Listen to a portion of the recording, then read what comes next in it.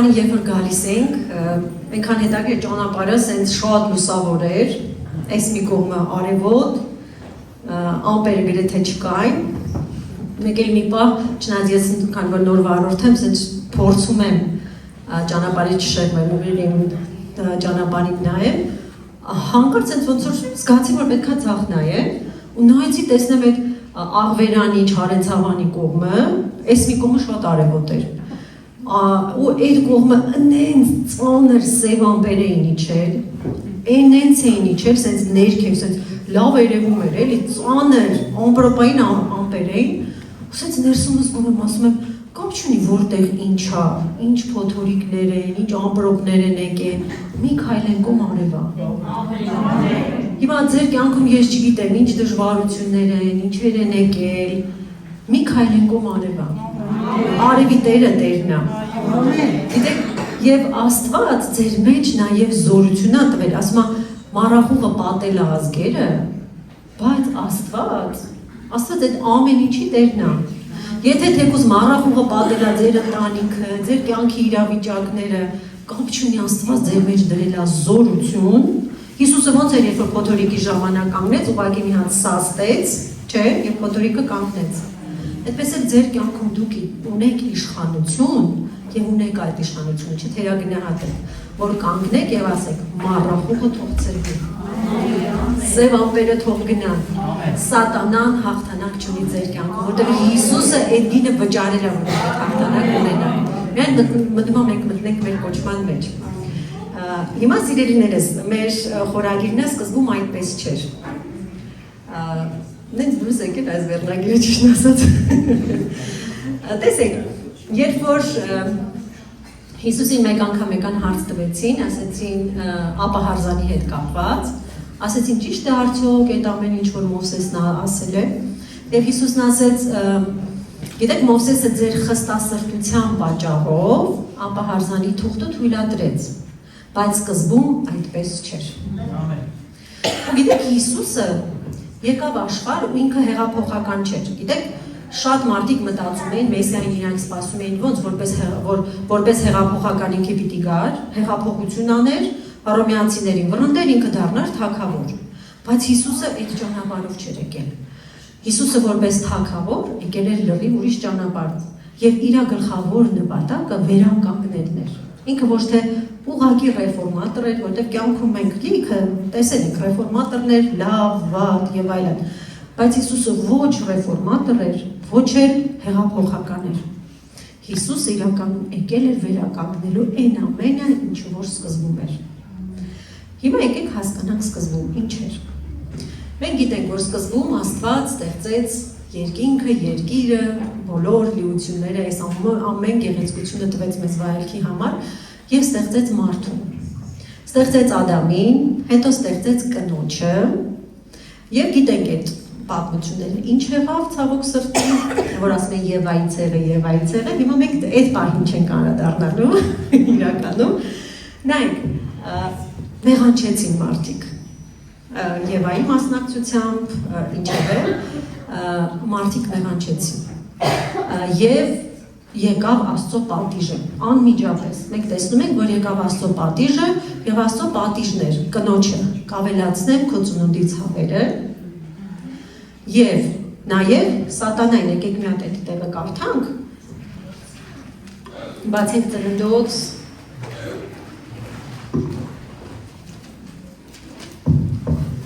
Ծննդոց 3-րդ գլուխ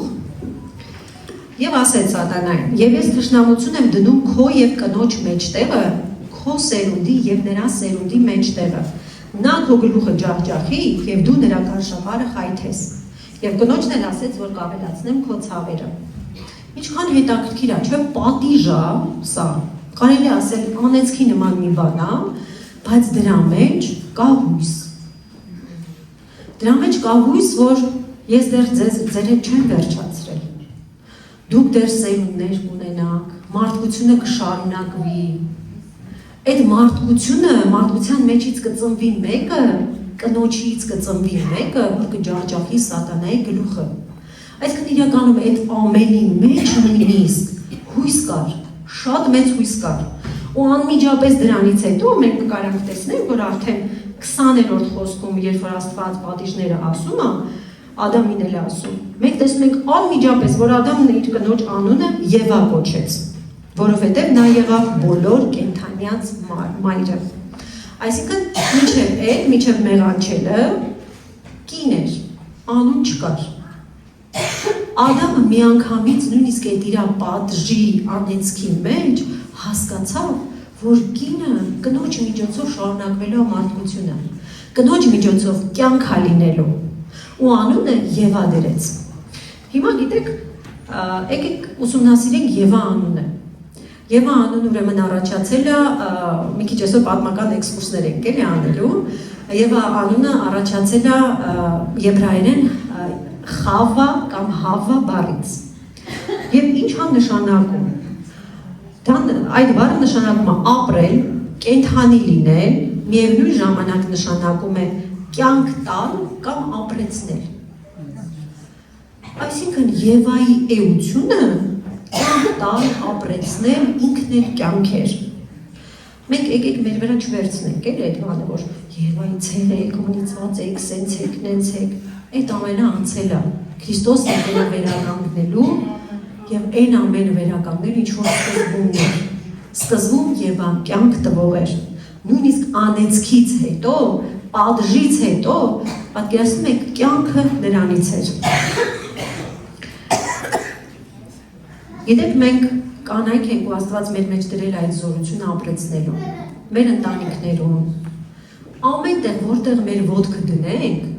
մենք ապրեցնելու զորություն ունենք։ Գիտես, քո ընտանիքում, նույնիսկ երբ որ մայրը չէ, մտնում է սենյակ երեխայի համար, չէ, երեխան ինչքան էլ լաց ինչ ուզում անի, ինքը կարծես սկսում է ապրել, որովհետև մայրը մտել է ներս, որովհետև մենք ունենք այդ իշխանությունը եւ զորությունը Տիրոջից ապրեցնելու։ Եվ դա մենակ մեր ընտանիքներում չի։ Գիտեք, մեր ընտանիքները այնքան կարիք ունեն, որ մենք ապրեցնենք մեր երեխաներին, մեր ամուսնուն, մեր ընտանիքի մնացած անդամներին։ Մենք պետք է հասկանանք, որ մեր գլխավոր կոչումը ապրեցնելն է, մենք ապրեցնելով ապրում ենք իրականում։ Գիտեք, հիմա ներկայիս դարաշրջանը ոնց է, չէ, ինչ զարգացումներ են եղել, հիմա շատ գեղեցիկ գաղափարներ կան, որ ապրի քո կյանքը, քեզ ինչ պետք է քո ընտանիք, ինչ պետք է, հատկապես երիտասարդների մոտ, չէ, այդ տիպի բան կա, ինչի ամուսնանանք, հենա ազատ կապրեմ իմ համար, ինչի երեխա ունենամ, իմ ազատությունը բան լինի, ինչի ամուսին ունենամ, որ իմ ազատությունը օրինակ սահմանափակվի, դրանք ճիշտ գաղափարներ չեն, որովհետև դրանք քեզ իրականում չեն ապրեցնելու, եւ որովհետև չի ստեղծվելու այդ միջավայրը, որի միջոցով դու էլ ապրելու ես։ Բայց հիմա իհարկե նույն ժամանակ դուք կարող եք, չգիտեմ, դահլիճում կան մարդիկ, ովքեր որ ընտանիք չունեն, օրինակ չեն ամուսնացել։ Մի բհատվի սիրելիս, գիտես ինչի համար, որովհետև օրինակ Աստծո խոսքը ասում է, որ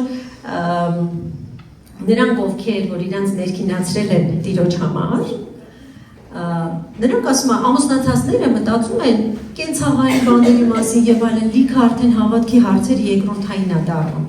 Հիմա սիրելիս, եթե չի ստացվել օրինակ դու ամուսնանաս, քո առաջկա ընտրություն կամ դու տառապես ամբողջ կյանքդ ասես, վայ ես ինչ էլ իմ բախտը չբացվեց, այդպես է ես չամուսնացա, հիմա հարևանը ինչ կասի, ես մեկ ինչ կասի եւ այլն, կամ դու ունես հնարավորություն ընտրելու կյանքը, ընտրելու ներքինացնելը քեզ եւ քեզ նվիրել Քրիստոսին։ Գիտես, եկեղեցում Աստծո գործի մեջ այնքան տեղ կա, որ կարաս դու կյանք տաս։ Հավատացեք, այնքան երեխեք կան, որ սիրո կարիք ունեն, այնքան մայրիկներ կան, որ սիրո կարիք ունեն։ Դու քո ներկայությամբ անգամ, քո գործով, քո ծառայությունով եկեղեցու մեջ դու կկենդանացնես, կապրեցնես եւ դրա մեջ դարձյալ դու երջանկություն կգտնես։ Դրա որ եթե չի ստացվել օրինակ, չես ամուսնացել, ժամանակ անցել է եւ այլն, մի տխրի, սիրելիս, Տիրոջ մեջ է կյանքը։ Իրականում իրական երջանկությունը Տիրոջ մեջ է։ Մի դեպք հիշեցի, շատ հետաքրքիր, չէի պլանավորել, որ կպատմեմ։ Մեր հովիվներից մեկի կինն էր պատմում, ինքն էլ հովական ծառայության մեջ է, շատ հրաշալի ընտանիք ունեն, երեխաներ, ծառայություն եւ այլն։ Ինքը մի օր պատմում, ասում է, գիտես, ասում է, բանով մեքենայով գնում էինք, ու ես սենց մտածում եմ, ասում եմ, ինչ երջանիկ եմ ես։ Ասում այդ պահին մտքի հափշտակություն ունեցա։ Ես ոնց որ ինձ ասում եմ կողքից տեսնեի, որ ոնց որ Տերը վերցնում է իր հոգին ինձանից, ասում եմ ես հասկացա, որ մեկը այդքան ամեն ինչը լավ ունենալով է, եթե Տիրոջ հոգին չլինի կենթանացնողը, ուրախացնողը, այդ ամեն ինչը զրոյ է իմ աչքի առաջ։ Գիտեք իրականում, ես չեմ ասում չձգտենք ունենալու, հասկանում եք, բայց նույնիսկ այդ ունենալու մեջ, եթե Տիրոջով չլինի, այդ ամենը գրոշի արժեք չունի։ Մեկը դու քեզ գտնելու ես քո պատճառը, որ դու դժբախտ լինես։ Բայց նույնիսկ քո այս բոլոր դժվարությունների մեջ մեր հայ կանայք շատ բեռնավորված են իրականում։ Երևի չկա տենց ազգ, որտեղ կանայք այսքան բեռնավորված լինեն կենցաղային խնդիրներով, ամեն տեսակի խնդիրներով, էլի, բայց գիտեք, այս ամեն իրավիճակի մեջ, գիտես դու եթե անընդհատ նայես քո ոտքի տակի փոսերին,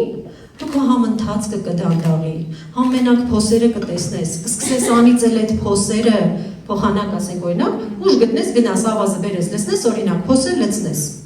Հիմա իրավիճակը կապ չունի, ձեր իրավիճակը ինչպիսին է։ Գիտեք, եթե դուք Տիրոջն ունեք, Տերը ձեզ կօգնի այդ ամեն ինչը անցնել եւ ձեր դժվարությունը կդառնա ձեր հաղթանակը։ Ձեր դժվարությունը կդառնա ձեր փորձը, որով կկիսվեք ուրիշի հետ եւ ուրիշի հավատքը կբարձրանա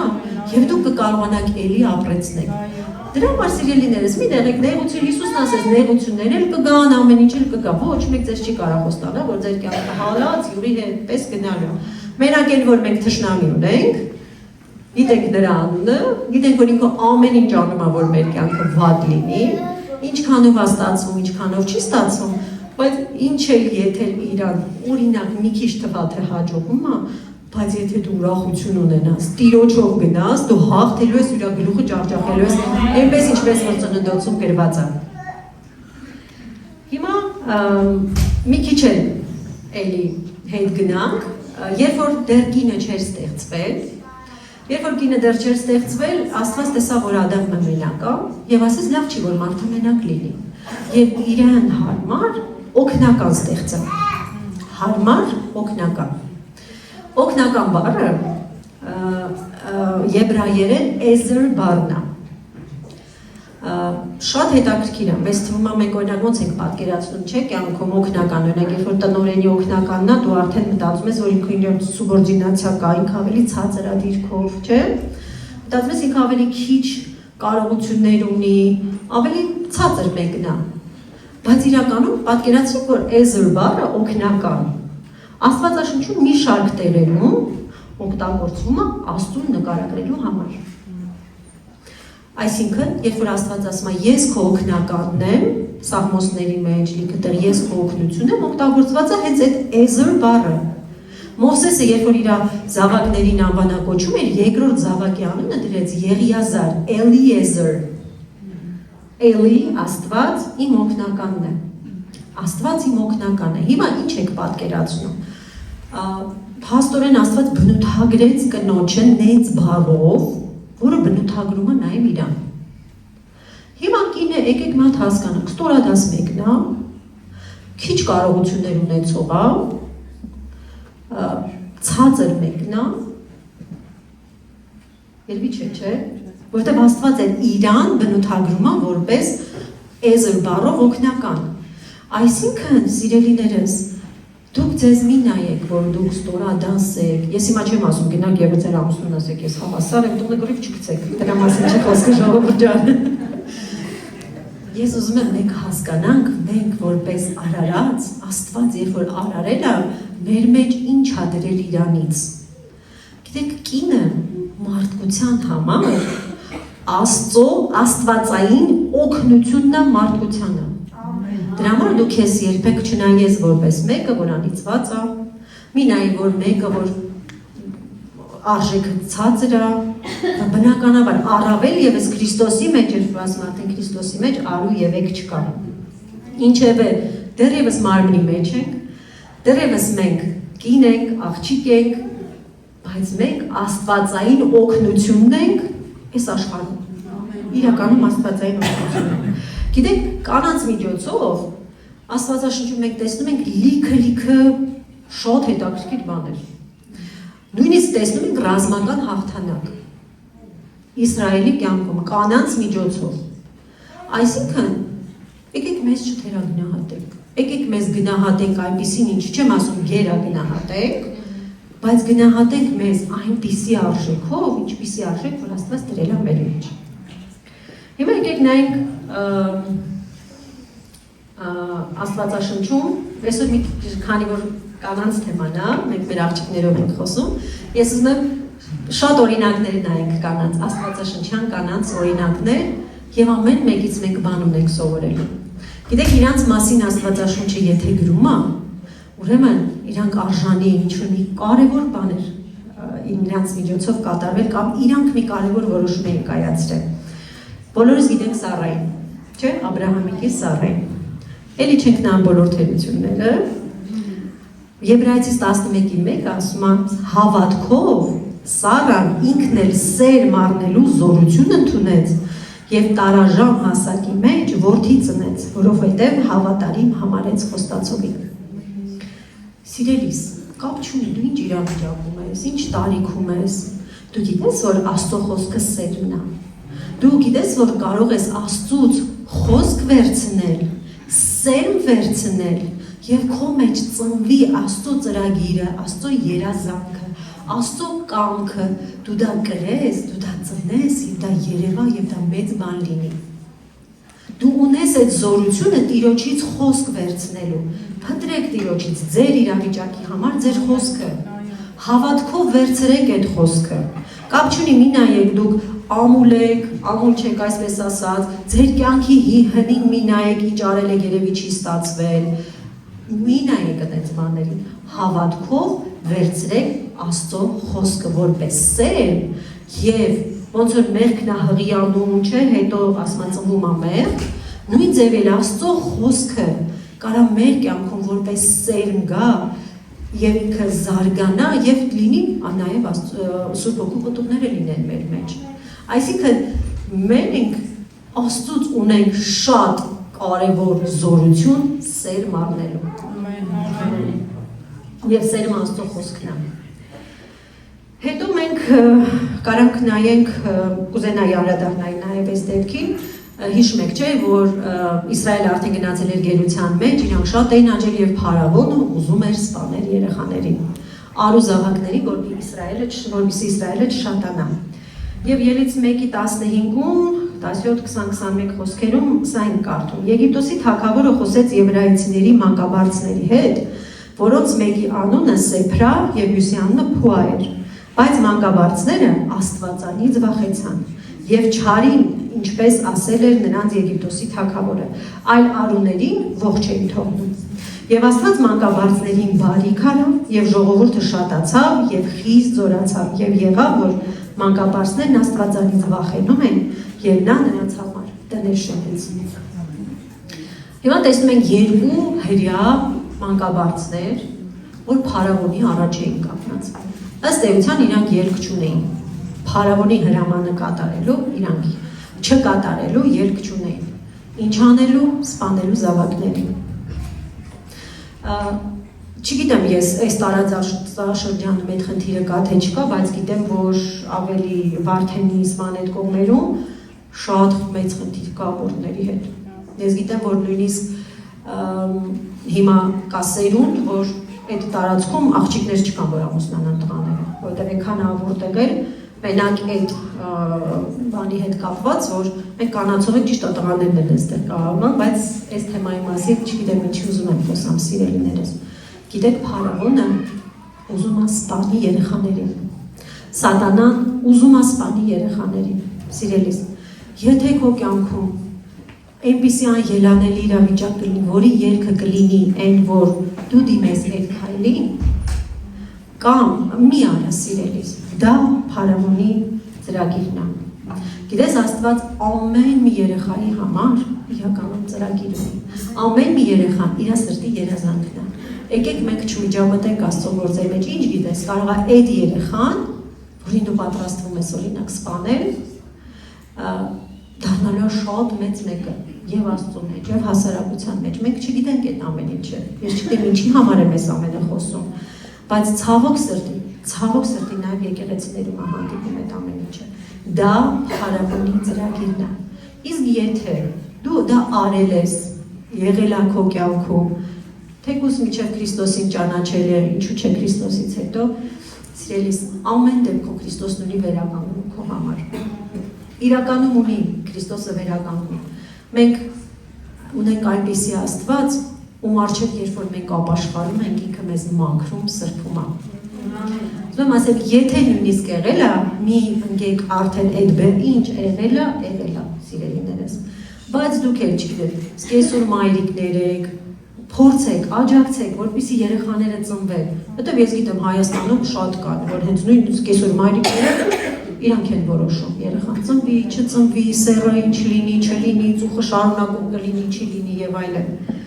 Բայց դա մենք հիմա տեսնում ենք երկուսի անունն է գրած։ Պատկերացնեք կոնկրետ մարդկանց անունը ասել, չէ՞ ուղղակի մանկաբարձուհի։ Բայց այդ պատկերացնում եք իրանք ինչքան կարևոր բան արեցին, որ զավակները ծնվեն։ Իրանք փարավոնի առջև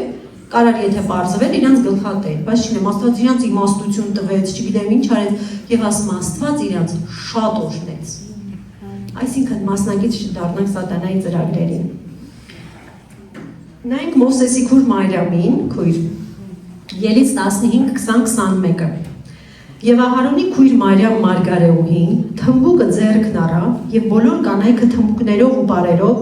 նրա ետևից դուրս եկան։ Եվ Մարիամը պատասխանեց նրանց. «Երգեցեք Եհովային, որովհետև փառքով փառավորված է, ձին ու ձիավորը ծովը գցեց»։ Մենք տեսնում ենք կին,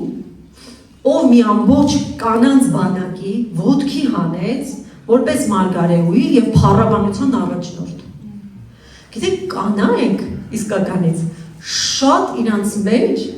մեծ զորություն ունեն տիրոջը, չեմ ասում տղամարդիկ չեն, սիրելիներս, այդ էլ է շատ կարևոր, որովհետև օրինակ տղամարդիկ էլ ունեն թմբուկով ելնելու եւ բոլոր եղևտացիներն էլ տղամարդիկ են, բնավ չեմ թերագնահատում տղամարդկանց, բայց ուզում եմ ասեմ, տղամարդիկ դա անում են, բայց դա չի նշանակում, թե դուք դա չպետք է անեք, գիտեք ինչ, ելեք, կանանց ոտքի կանգնացրեք ձեր ընտանիքի օրինակի համար, ասեք եկեք փառաբանենք տիրոջը։ Գիտեք ինչ, այդ փառաբանության մեջ դուք կստանաք հաղթանակ, կտեսնեք ձեր հարցերի պատասխաներ, շատ իրավիճակներում Աստված ուղղակի ասում է, ուրախ եղի, դարձյալ ասում եմ ուրախ եղի։ Ասում է ամեն բանի մեջ, չի ասում ամեն բանի համար, ամեն բանի մեջ ուրախ եղեք։ Գիտեք, մենք Մարիամը լավ օրինակ է, ուղղակի ինքը տեսավ Աստված ինչ արել, կանանց ոտքի կանգնացրեց եւ ասեց եկեք փառաբանենք։ Ես չեմ հավատում, որ ձեր կյանքում չկա մի բան, որ Աստված արել է։ Տեսեք ինչ որ Աստված արել է ձեր կյանքում։ Վերցրեք դա, ոտքի հանեք ձեր ընտանիքի անդամներին, ձեր հարևաններին, չգիտեմ, ավետարանը քարոզեք, տվեք Աստծուն իրանց, կիսվեք նրանց հետ եւ իրանց մցրեք փառաբանության մեջ։ Դուք այդ կոչումը ունեք Տիրոջից։ Նայենք Ռահաբին։ Ռահաբի մասին գիտեք, չէ՞։ Վատ վարկով դիմատքիներ, անարգված, շատ անարգված մեկներ, բայց ինչ արեց, տեղերը չեն կարդա, ինքը օգնեց իսրայելացիների, Իսրայելի լրտեսներին ու ինչ եղավ, ինքը հասկացավ Աստծո ծրագիրը, ինչքան էլ անիրական էր, ինչքան էլ որ դա դեմ էր իր ազգին, սիրելիներս, բայց ինքը տեսավ ամենակարևոր բանը, տեսավ Աստվածայինը եւ ինքը օգնեց Աստծո լրտեսներին եւ մտավ Քրիստոսի ազգաբանության մեջ։ Տեսեք, Աստված այդքան պահպանում բան է, չէ՞ խոսում սրբության մասին, սենց կանայք, սենց այդ պատվիրանները 5 տակարանով նայում են, բայց տեսնեք Աստված նայեց սրտին, Աստված տեսավ նաեւ իր արարքին, որ ինքը գնահատեց Աստվածայինը, տեսավ Աստվածայինը ու ինչի՞ չէ դեմ գնաց նաև իր ազգին։ Ես հիմա ձեզ չեմ ասում գնանք, ձեր բարեկամների հետ կռիվ անեք, իրանց դեմ դուրս գաք, դրա մասին չի խոսքը սիրելիներս։ Այլ չնայել, թեև ձեզ դեմ դուրս կգան, թեև ձեզ կհալածեն, սիրելիներս, բայց դուք տեսեք Աստվածայինը ձեր կյանքում, Աստված ձեզ փրկել է, դրել է իր հավիտենական ծրագրի մեջ Եվ դրել է իր հավիտենական կյանքի մեջ, քո անունը գրել է կյանքի գրքի մեջ, էդի անգին բան է, որ մենք չենք վճարել դրա համար։ Պատկերացնեք, այդ երբեք չնվաստացնի այն ամենը, ձեր կյանքի իրավիճակները, ձեր ազգուտակը, չգիտեմ, ձեր ընկերուհիները, չգիտեմ, ընտանիքի անդամները, երբեք թող դա ձեզ թույլ չտա, որ դուք Ռախաբի պես չվարվեք։ Այսինքն միշտ եղեք, ինչու՞ չէ Ռախաբի նման եղեք, կարևոր աստվածայինը վերցրեք, մտեք Աստծո ծրագրի մեջ, մտեք Աստծո ազգաբանության մեջ եւ ձեր մասին երկնքում գրքեր են գրվել։ Դեբորա մարգարեուհին միակ կին դատավորն էր, գիտեք, որ Իսրայելը դատավորներ էր ունենում, եւ միակ կին դատավորն էր, որը նաեւ ռազմական առաջնորդն էր։ Իսրայելին տարավ հաղթանակի 40 տարով։ Պատկերացնեք, կին հալով, այսպես ասած, Դատավորաց 4:4-ում կարդում ենք Դեբորա մարգարեուհին, Ղաբիդոթի կինը, Իսրայելի մեջ դատավորություն էր անում այն ժամանակ եւ բնակվում էր Եփրեմի սարի վրա, Ռամայի եւ Բեթելի մեջտեղը։ Դեբորայի արմավենիների տակ եւ Իսրայելի որդիքը վեր էին գնում նրա մոտ դատաստանի համար։ Եվ նա Բարակի միջոցով Բարակն էր զորավար։ Բայց պատկերացնում եք, Բարակը եկավ, միացնել շատ կարևոր բանի մասին եմ ուզում խոսամ, երևի չէի այդքան էլ նախատեսել, բայց նայեք, Բարակին Աստված ասել էր, որ դու պետք է գնաս զինվորներին հավաքես, այսքան մարդ հավաքես ու ես քեզ թշնամիներին կտամ քո ձեռքը։ Բայց Բարակը չէր անում այդ ամեն ինչը։ Ինքը եկավ, Դեբորան նրան հանդիմանեց, ասեց, ինչի՞ չես անում Աստված քո հետ խոսացել հա։ Ինքն էլ ասեց, եթե դու իմ հետ գաս, ես այդ ամեն ինչը կանեմ։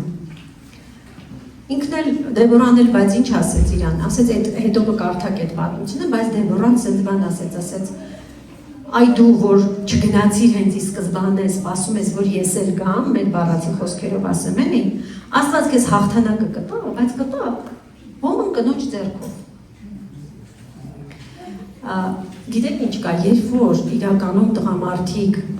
իրանց կոչումի մեջ չեն, կանայք են բարձրանում։ Ցավոք սրտի։ Հաղթանակը գալիս է, շատ լավ է, հաղթանակը գալիս է կնոջ միջոցով։ Բայց եկեք մի սենց բան ավելի գերադաս, որն է մեր համար ավելի գերադասելի։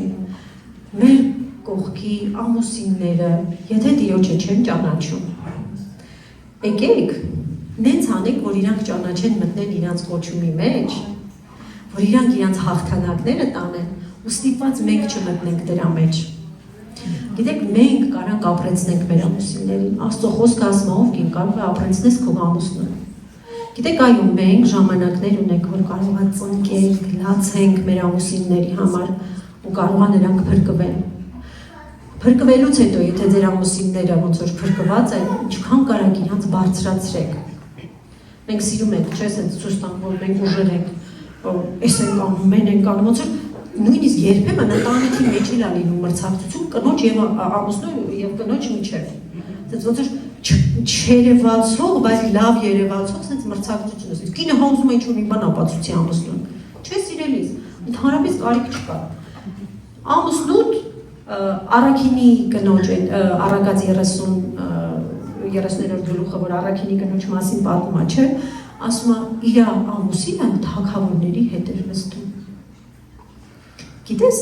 դու մի քցի քո ամուսնուն իրականում, մի ցույց տուր, որ ես ուժեղ եմ, ես էսի արեցի, տեսա՞ր։ Դու կասես, դե ուժեղ ես, եւ կարիքը չունես, դե գնա ոնց ուզում ես ապրի։ Ես էլ իմ դիվանի վրա կպատկերեմ, օրինակի համար։ Իհարկե չեմ ասում, կան դեպքեր, որ ամուսինները չեն աշխատում, քրոնիկ ալկոգոլիկ են կամ չեն սիրում աշխատել, այդ դեպքերի մասին չեմ խոսում, սիրելիներս։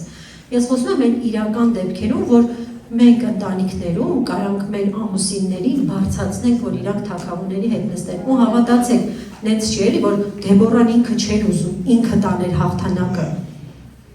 Բայց տղամարդը վճռական չգտնվեց, կինը բարձրացավ, որտեղ Աստված մեկ այր ծրագիրը անելու է։ Բայց մենք ուզում ենք, չէ, որ մեր ամուսինները մեզանից ուժեղ լինեն Տիրոջ մեջ։ Ուզում ենք, չէ։ Եկեք մենք երբեմն գինա պետք վճարել։ Երբեմն պետքա Տիրոջից անսահման իմաստություն խնդրել։ Երբեմն պետք է մի քիչ լեզուներս կծենք։ Մի քիչ պետք է վրացմա պոչներս կարճ բարենք, էլի ասենք։ Չգիտեմ, կա բաներ, որ իրականում մենք պետք է անենք, որ մեր ամուսինները բարձրանան եւ մտնեն այն կոչման մեջ իրականում, որ իմ համար իրանք կանչված են։ Որովհետեւ լավ չի որ կիննա գլուխը։ Իրականում լավ չի, մենք կանչված չենք։ Մեր վրա, մեր ամուսիններն է, իրան եթե իրանց գլխին Քրիստոսն է,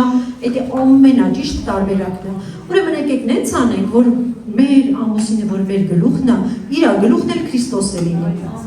Մենք կարող ենք ամեն անենք, սիրելիներս։ Մի կնոջ մասին էլ կա, շատ կարճ ուղղակի ասեմ, այս Դեբորայի պատմությունը, որ պատմեցի, որ հաջորդ կինը, որ ասեց կնոջ միջոցով կգա հաղթանակը, ոչ թե քո միջոցով, այդ մի կինը Յայելն էր։ Աստվածաշունչը պատմում է, որ ինքը իսրայելացի չէր։ Պատկերացնում եք, հեթանոս ինչ-որ մեկն էր, կողքի ազգերի, ու երբ որ պատերազմ էր գնում Դեբորան առաջնորդում էր, բարակներ զորքը հավաքել էր, եկել էր, իրանք արդեն հաղթում էին, ու այդ թշնամի ժողովրդի թագավորը Սիսարան արդեն հասկացավ, որ ինքը բանը անելու, պարտվելու է ու գնաց կողքի քաղաքները, որ պարտվի։ Ու այս Յայել անունով կինը կանչեց իրան, ասեց արի, ես քեզ կթաքցնեմ, ես քեզ այս ամեն ինչը կանեմ, այն ասեց ինձ որ ման կան, այդ թագավորը ասեց, եթե ինձ որ ման կան, ասեք ես դեռ ասեց հա իհարկե, վերցրեց, ծածկեց, ամեն ինչը արեց, ծածկած վիճակում իրան սպանեց եւ հաղթանակը կատարյալ մեկ այլ կնոջ միջոցով եկավ Իսրայելի համար։ Հիմա մեր պատերազմը, սիրելիներս, մենք գիտենք, չէ, որ արյան եւ մարմնի հետ չի։ Մեր պատերազմը այս աշխարհի թագավորությունների հետ է։ Այս աշխարհի իշխանությունների հետ է։ Սատանան կոչվում է օդի իշխան։ Հիմա մենք պետք է հասկանանք, մեր պատերազմը, եթե մենք ունենք թշնամի, մենք իրան չպետք է ծածկենք, բան անենք, ոչ մեկ չտենա, պաշտպանենք։ Եթե դու ունես մի հատ մեղք քո մեջ, եթե ունես քո ինչ-որ մեղք, եթե ունես ինչ-որ մի հատ թշնամի, որ քեզ անընդհատ հալածում է, հոգևորում են ասում, իրան մի ծածկի, իրան սրա խոխող արա սիրելիս, վերջը դուր, քոքը դուր, որ բանը, նախանձը, ասա, աստղաջան, մի բան արա, ինձ օգնի, ես նախանձ եմ օրինակի համար, էլի, ու փորձի ամեն ինչ արա, մեկին նախանձում ես, հա, դիր ու իրա համար ուրախացի, քեզ վարժեցրու իրան ուրախացնելու համար, գնա իրան նվել արա, օրինակի համար, հաղթահարի, դրանով դու իրականում, այնպես ես իրան լավ, փաթաթում ես մի հատ դանակը մտցնում ես այդ մեղքի սիրտը, քո քահան ես անում, քո կյանքից։ Մենք այդ կարողություն ունենք իրականում սիրելիներս, ու չպետք է թողնենք, իրականում չպետք է թողնենք, լինում է չէ մեղքեր օրինակ, չէ, դա էսի բուջուր բան է, էսի սենց անմեղ բան է, օրինակի համար, պետք է վնաս տա, ոչ ինձ վնաս կտա, ոչ մենք այդ էնում ես այդ մեղքը մեծացավ, շոյվեց, մեծացավ, դառավ եկա բան։ Փոքր բան նկատեցիր քո մեջ, մենք ունենք Աստծո խոսքը որպես հայելի։ Հենց տեսնում ենք մի բան չենք համապատասխանում, գնում ենք մեր ներսի սենյակը, հարցերը լուծում ենք Տիրոջ զորությամբ։ Սրա խոխող եք անում, չենք թողնում, որտեղ էդի մեծանալու է, հետո մեզ սպանում։ Հռութին նայեք, հավատարմության և նվիրվածության օրինակ էր, որը նույնպես մտավ Քրիստոսի ազգավարության մեջ, ինքը հեթանոս էր, պատկերացնում եք, բայց ինքը դարձյալ, երբ որ ամուսնացել էր հրեական ընտանիքի հետ, ինքը տեսել էր, որ այդտեղ Աստված կա։ Իհարկե, այստեղ շատ լավ, համ ինքն էր լավը, համ սկեսուրն էր լավը, այստեղ միակողմանի չէր, որտեղ օրինակ սկեսուրն է չասեց, վայ, սաղը դու թող մեկ գնանք, ես ինչ եմ անելու, մենակ եմ մնացել, բանը, այսքան արեցի, դրեցի, ոնց է, չէ, մեր ազգի մեջ։ Հիմա ոնց մենակ ապրեմ օրինակի համար, էլի, չէ, նույնիսկ երբ որ զույգեր ուզում են առանձնանալ, չի դուսներ այդ խնդիրը կա, թե չէ, կարող է։ Բոլոր տերերը, պատկեցիք Երևանում էլ այդ խնդիրը կա, ոնց, այսքան արի դրել եմ, իրանք ելեն գնան առանձին ապրեն։ Իրա որդին արդեն չկար, ինքը կարար ասել, ծեր կնիկ է, կարա դա չէ մի քանի տարի ինձ պահի, այսքան ես իրան կերակրել եմ, այսքան ես եմ արել, այնքան եմ արել, բայց ինքը ասեց ազատ ես սիրելիս, կարող ես գնալ, բայց Հռութն էլ տեսել էր Գիսուրի լավ լինելը, ինքը տեսել էր, որ աստվածային բան կա դրա մեջ, ինքը հասկացել էր, որ ինքը մերժել այն հին աստվածները, ինքը այն ինչ որ ընդունել է, էլ հետ չի գնալու։ Հիմա սիրելիս, եթե դու Տիրոջը ընդունել ես, նախորդները մերժել ես, էլ քայլ մի արա, ինչ ուզում ա լինի քո իրավիճակում, հետ չգնաս, մի գնա քո հին աստվածները։ Դու դարձյալ Տիրոջ այդ գանձը, որ գտել ես պահի, տեսնում եք, որ ինքը մտավ դարձյալ Քրիստոսի ազգաբանության մեջ, պատկերացրեք Քրիստոսի ազգաբանության մեջ արդեն երկու ուրիշ ժողովրդի, որ իրանք պիղծ էին համարվում։ Իրանք եկան ու մտան Տիրոջ օշնության մեջ։ Դրա համար հիմա դու մի նայ ասա, գիտես ես ով եմ, ես մեղավոր եմ, ես եմ արել, եմ արել, հա, արել ես, բայց Քրիստոսը մաքրել է քեզ։ Դու հիմա ունես արդեն Քրիստոսի ազգաբանությունը քո մեջ։ Ես թե իմ նայեք, ինչ-որ ժամանակ ունեմ ես։ Հա? Արդեն լվացել եմ։ Լավ, այդ դեպքում ուրեմն սավիք դառնա։ Հիմա 5 կտակարանից անցում կկատարենք նոր կտակարանին, ինչի։ Գիտեք, այո, հիմա մենք ցավոք սրտի ապրում ենք մի այդ ես նշեցի մի նենց դարաշրջանում, որ հզորացնենք կանանց, օրինակ, թուլացնենք տղամարդկանց, ինչքան կարանք։ Ամեն։ Այ։ Ոնց որ պատերազմ է, կնոջ եւ տղամարդու միջեւ, ընտանիքում, ամենտեղ, ոնց որ ուզում ենք կոպոցուցենք, մեզ ոչ ընտանիքա պետք, մեզ ոչ երեխա է պետք, մենք պետք է ազատ մեր համար ապրենք։ Սիրուն ամենչում, բայց դա ճիշտ չի։ Մենք հիմա այն վատ ծայրահեղությունից, որ կինը ստորացված է, նսեմացված է, դրանից եկել ենք հասել ենք մի կետի, որ մի հատ ուրիշ ծայրահեղություն է, որ կնոջներն է չես կարող առնես։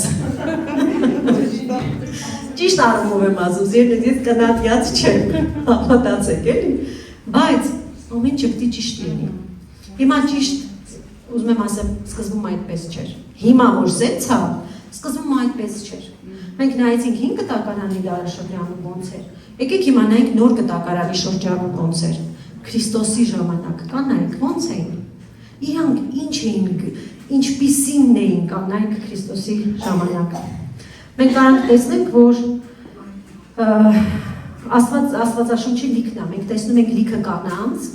որոնք ասում են իրանց ստացվածքով, իրանց ամեն ինչով ծառայում էին Քրիստոսին, հետևում էին Քրիստոսին։ Լիքը կանանց անուններ է տալիս, գիտեք, Մարիամը, որ Հիսուսի մայրն էր, գիտեք, ինքը խոնարհության կերպար էր, բայց պատկերացրեք ինքը խեղճ չէր, եկեք խոնարհությունը և խեղճությունը բան չանենք, պատկերացնում ես դու Աստծո հետ համաձայնվես մի բանի մեջ, որ գիտես, որ քեզ իմացավ կքարկոծեն, դու համաձայնվես մի բանի մեջ, որ գիտես, որ քո նշանածը իմացավ, քեզ դուրս կհանի ու քեզ նորից կքարկոծեն։ Ինքը խոնարհ էր, բայց ինքը իրականում խեղճ չէր։ Մարիամի մեջ շատ ուժեղ զորություն կար Աստծո կամքը կատարելու։ Ամեն մեկս ունենք այդ ամեն ինչը։ Գիտեք, երբ մենք լսում ենք Աստծո խոսքը գալիս է մեր մեջ, եւ մեր մեջ ծնվում է, կարելի ասել Քրիստոսը դարձյալ մեր սրտի մեջ ծնվում է։ Մենք ամեն մեկս մի Մարիամ ենք։ Աստվածաշունչը թվարկում է Մագդաղենացի կոչված Մարիամին, որից 7 դևեր հանել։ Այսինքն կապ չունի քո կյանքում ինչ էր եղել, ինչ մեղքերի մեջ ես եղել, ինչ ես եղել, կարող է հիմա էլ ընկնես մեղքերի մեջ։ Իհարկե, Աստված չանի, բայց եթե ընկար, դե հիմա ապաշխարելի տեղ կա միշտ։ Միշտ Քրիստոսի արյունը տեղ ունի քո ապաշխարության համար։ Թվարկում է Հովհաննան, Հերոդեսի տան տեսուչ Քուզայի կինը, Շուշանը, շատ ուրիշներ ասում են, որ իրենց ստացվածքից ծառայություն էին անում։ Կանայք Քրիստոսին ծառայություն էին անում, իրանց ստացվածքով, իրանց ժամանակով, իրանց տոնով, ամեն ինչով։ Մեր սիրտը թող դրա մեջ լինի, որ մեր ստացվածքն էլ Տիրոջ մեջ է։ Գիտեք, մեր ստացվածքի ապահովությունը, մեր ստացվածքը ապահով է այնքան, ինչքանով որ մենք ստացվածքի մաս ունենք Տիրոջ արքայության մեջ։ Եթե դու տալիս ես 10-րդ, եթե դու տալիս ես ընծաներ, սիրելիներս, դու անում ես այն նույն բանը, ինչ որ անում էին առաջի դարում քրիստոնյա կանայք Հիսուսի հետևից քայլող։ Մարիամ ու Մարթա քույրերը։ Գիտեք, Աստվածաշնչում երկու դեպք կա, երբ որ Քրիստոսին նոցում են յուղով։ Մեկը ասում է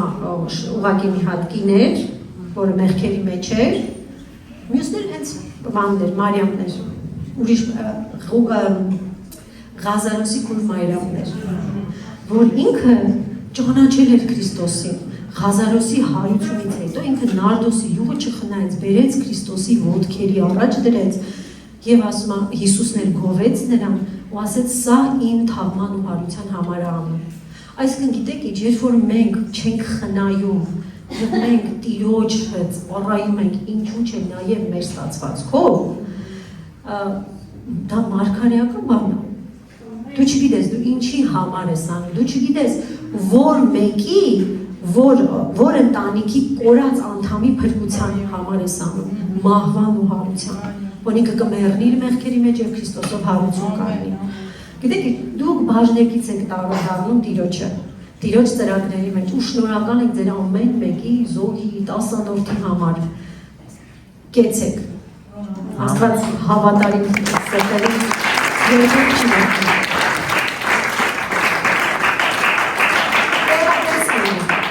Տերատեսկինը, հիշում եք ինքը ողջ ամոթը էլի քարկոծվելու վտանգը, որտեղ այդ ժամանակ եթե ինչ-որ մեկը իմանար, որ ինքը այդ վիճակում է, նրանք կքարկոծեն, բայց հաստանում եք ինքը գիտեր, որ եթե մի հատ կպնի Հիսուսի փեշերին, իր խնդիրը կլուծվի։ Ես չգիտեմ քո կյանքում ինչ իրավիճակ է, ես չգիտեմ դու ինչ բեռի տակ ես, ինչ հիվանդություն է, ինչ հա Սատանան լիքը սիրուն բաներ է բերում մեր կյանքում, փաթեթավորված սիրուն, բայց վատ բաներ էլի, բայց եթե դու մի հատ կպնես Հիսուսի քղանցքին, եթե մի հատ իրա շորին կպնես, այդ ուղղակի կպնես իրան, քո բոլոր հարցերի պատասխանը կգտնես։ Այ, փորձում եմ կարճ։ Սամարացի կինը, շատ է պատմում էլ իրա մասին։ Ինքը առաջին ավետարանիչն էր, գիտեք։ Ինքը հենց Հիսուսին իմացավ, որ ինքը Մեսիան է, գնաց իր ամբողջ քաղաքով Հիսուսի մասին պատմեց, ինքը համարում է առաջի ավետարանիչ կինը։ Բոլոր կանայք պետք է ավետարանիչ լինեն, սիրելիներս։ Թող քո բերանը չդադարի ավետարանի մասին խոսել, չեմ ասում չագուչի վերցնես ու գնաս բոլորին ագրեսիվ ավետարանչության մասին չեմ խոսում, սիրելիներս։ Ձեր կյանքով պատմեք Քրիստոսի մասին։ Այնպես ապրեք, որ մարդիկ հարցնեն ասեն, բայց ի՞նչն է քո կյանքում, մի բան է ուրիշ է, որ մենք չունենք։ Ու դու դեռ պատմում ես Քրիստոսի մասին, քո կյանքով պատմի ավետարանը, ու պատմի ավետարանը անպայման։ Երբ որ առիթը կգա նայել խոսքերով, անպայման խոսքերով։ Չնայած ես գիտեմ ձեր եկեղեցում այդ խնդիրը չկա, որովհետև ձեր բուջուր բալիկը արդեն իսկ ավետարանում է, չէ՞, Լուսին։ Շատ համարում դա ինքը։ Լուսի։ Տեսեք ձեր մոտ ինչ սերունդ ունեք, արդեն փոքրուց ավետարանում է, ճիշտ բաների մեջ եք սիրելիներս։ Եվ կանայք, երբ որ Քրիստոսի խաչելությունն էր, երբ որ աշակերտները վախեցել էին եւ փախել էին, աշակերտներից 10-ը։ Ինչ եմ ասում, որովհետեւ Հովհաննեսն էլ կանանց հետ էր, երբ որ խաչելությունն էր, գիտեք խաչելությունը շատ դաժան տեսարան է, կանանց իրականում չէին թողում կանանց խաչելության տեսարանին։ Որովհետև ասում են իրական նույնիսկ մերկ են եղել խաչվողները։ Եվ ասում են Քրիստոսի վրա ախորժելու բան չկար, չէր կարա նայել այնց վիճակում են, բայց կանայք չէին վախեցել, որ իրանց կբռնեին։ Իրանք Քրիստոսի ոտքերի տակ էին, Քրիստոսի խաչելության ժամանակ։ Գիտեք, յուրահատուկ բան կա դրա մեջ։ Այն պահերում, որ կարող է տղամարդը չկարողանա անցնի, կինը կարա անցնի։ Այն առումով, որ ասում են, դե ինքը թույլանոթ է, հասկանում եք, այն երբեմն հենց այդ թույլության մեջ դրսևորվում է քո զորությունը։ Այո, լավ է, մեկ-մեկ մի քիչ թույլ լինենք, որովհետև կարիք ունենք, որ մեր մասին հոգ տանեն, որ բանը միշտ սենց ուժեղ չլինենք, բայց մեր այդ թույլության, տկարության, մեր այդ նեժնիության, այսպես է, դրա մեջ շատ մեծ զորություն կա, ինքը կարա տեղեր բացի, որտեղ որ տղամարդիկ չեն կարող, որտեղ բնավ չեմ թերագնահատում տղամարդկանց։ Պատկերացնեք, ուղղակի կան իրավիճակներ, որտեղ որ ուղղակի կինն է կարող մտնի տեղ։ Ու մենք, այո, եթե հասկանանք, որ մենք, եթե Մարիամը, Հիսուսի մայրը, կարողացավ խաչելության տեսարանին Քրիստոսին նայի հասկանալով Աստծո ծրագիրը, կսմեք ինչ-որ ժոդրած կնոջ մեջ, դու ամեն ինչի միջով կարաս անցնես, չասես ես չեմ կարող, դու ամեն ինչ կարող ես քեզ զորացնող Քրիստոսով, ոչ թե քո ուժերով, քո իմաստությամբ, քեզ զորացնող Քրիստոսով։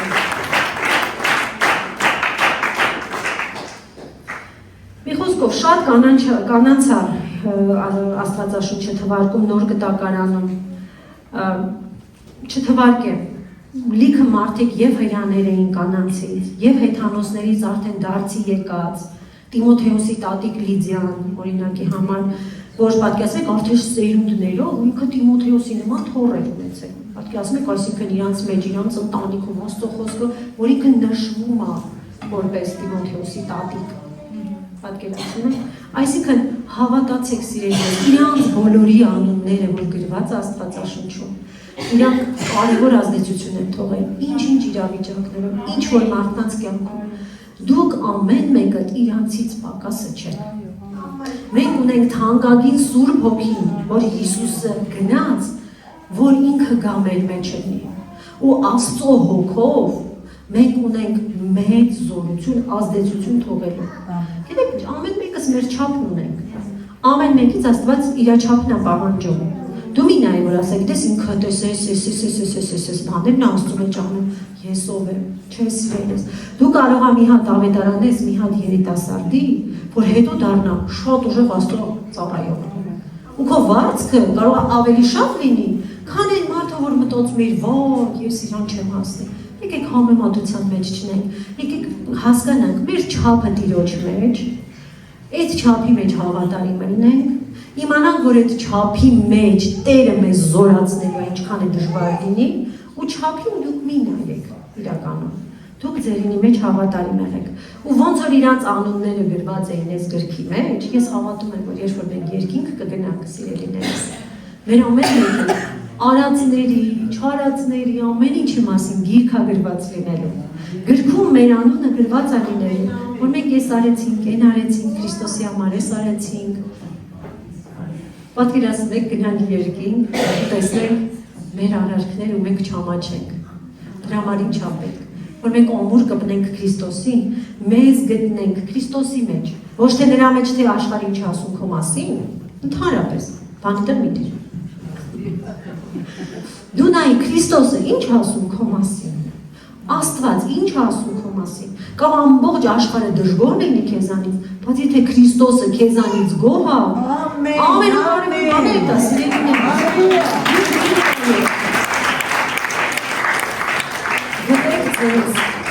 Քրիստոսի մեջ, գտեք ձեզ ինչպես որ սկզբում էր, սկզբում այդպես չէր ինչպես հիմա է, գտեք ձեզ ինչպես է, ինչպես էր կինը ստեղծված սկզբում, և արարչության սկզբում, և արդեն Քրիստոսի ժամանակ, երբ որ Քրիստոսն եկավ, լիքը բան վերականգնեց, լիքը բան փոխեց։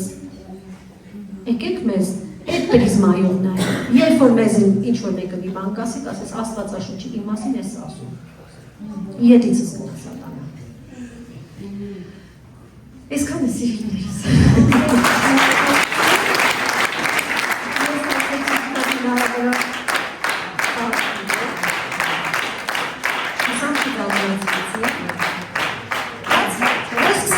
Շարունակեք Աստվածաշունչը կարդալ, միշտ ուշադիր եղեք կանանց։ Ցանկացած պատմության մեջ կնոջ տեղը, դիրքը, ինչ արեց, եւ դուք հավատացեք ամեն ինչ,